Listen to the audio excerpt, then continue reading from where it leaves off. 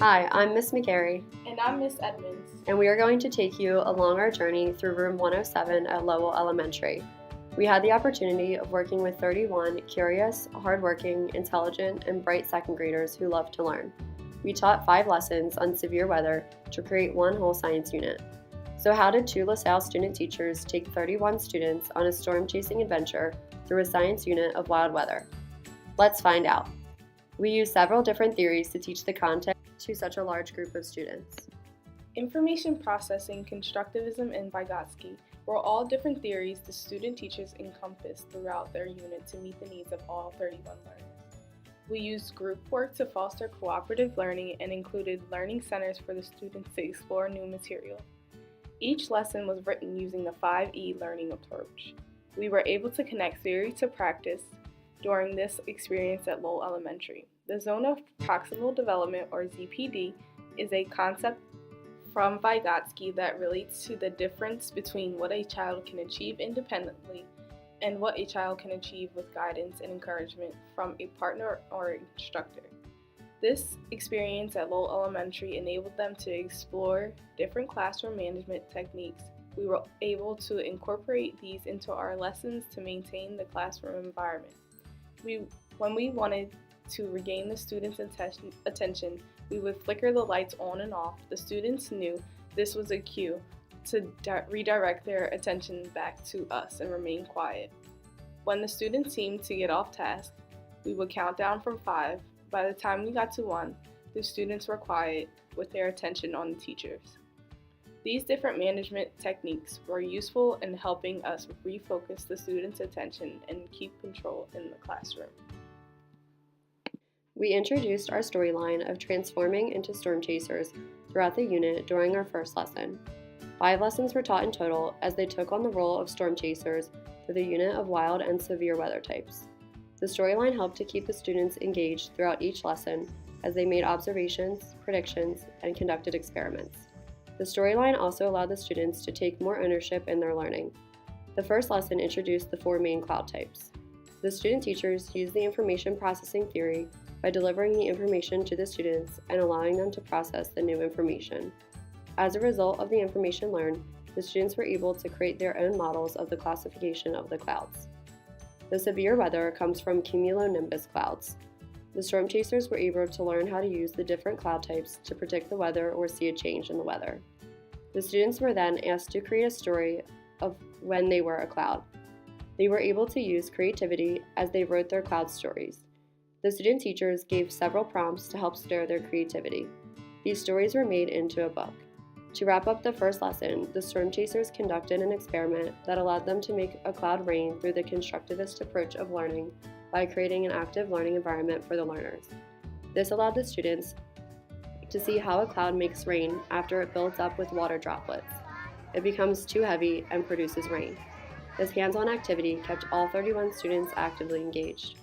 Each student also had a specific job to do during the experiment and filled out a lab report. We used this as an assessment to see what the students learned and comprehended from the experiment. Lesson 2 was on precipitation. The students were shown a PowerPoint and were given a fill-in-the-blank worksheet to ensure their participation in the lecture by using the information processing theory. The students learned about the water cycle and even learned a short dance to go along with it based off of what they just learned to help retain the information in their long-term memory. The storm chasers also took part in experimentation by making snow and were able to see what a blizzard would look like through a snow globe. Lesson 3 presented an opportunity for the storm chasers to see a tornado up close and personal.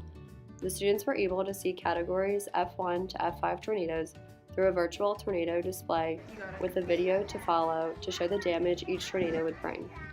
I used a directed visual thinking activity to help explain the different categories of a tornado and the damage each one brings. I segmented the video into different parts and stopped at each segment for questioning. I introduced the strategy of using visuals to help paint a mental picture of the material to help them make more sense of it. I helped them create a visual by showing them the virtual example through the tornado simulator. The storm chasers were also able to make their own tornadoes in a bottle.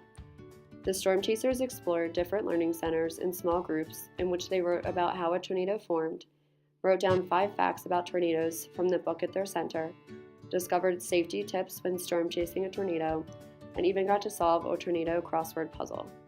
Through Lesson 4, the storm chasers discovered new information on hurricanes through a PowerPoint presentation. A labeled picture of a hurricane was also displayed, showing the eye of the hurricane and how it rotates counterclockwise. The students were able to see the hurricane come to life through a lab of making a hurricane in a bowl. The students were actively engaged throughout the lesson because they enjoy hands-on labs and experiments. During the last lesson of the unit, the students learned about floods by using the constructivist theory from Piaget and Vygotsky. The storm chasers were presented with several different materials and a paper house.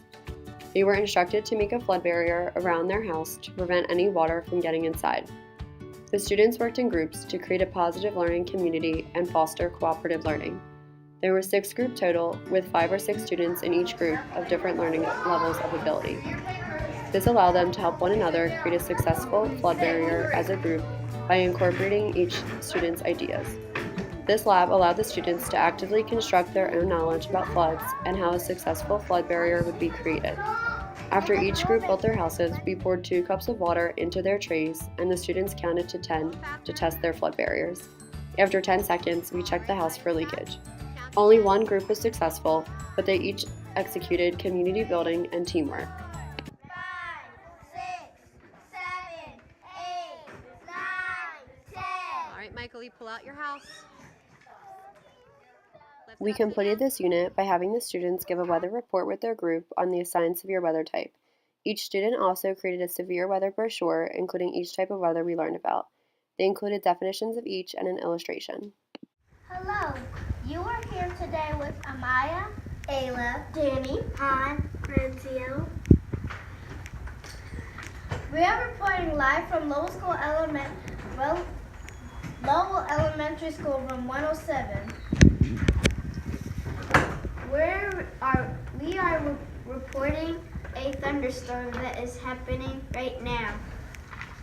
It is raining so hard, 9 inches of rain are already on the ground.